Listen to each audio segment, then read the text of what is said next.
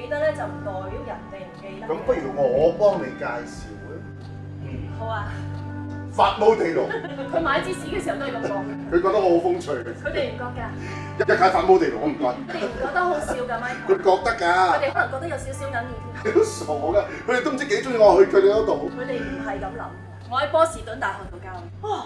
哈佛唔請你咩？我講笑啊！我即係話你好叻啊！係啦，佢就係咁啦，我亦唔識吉嘢。我真係講笑㗎。哈佛冇請你咩？有一刻我以為我媽嚟咗。你話你要幫人啊嘛？誒，嚟我屋企啊！我介紹我啲死黨俾你識啊！我唔係咁講嘅我介紹份工俾你啊！我唔係。你係咁講㗎？我冇咁講。你係咁講啊？我冇啊，係你想聽到我咁講啫。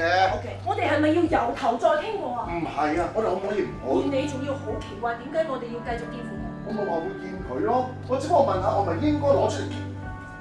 你個女件事係真定假㗎？我次次都會放低我嘅專業，因為我個女總或者都可以明白嘅。如果你話你當時好驚，或者你個人係比較固執，你嗰陣時唔知點樣走出個困局，或者你冇時間去處理，全都係咁。你唔係咁講㗎？你話你會咁做係因為你好人啊？言過其實啦，都唔會俾你就咁走入嚟特登搞破壞，根本就係刻意刁難我哋。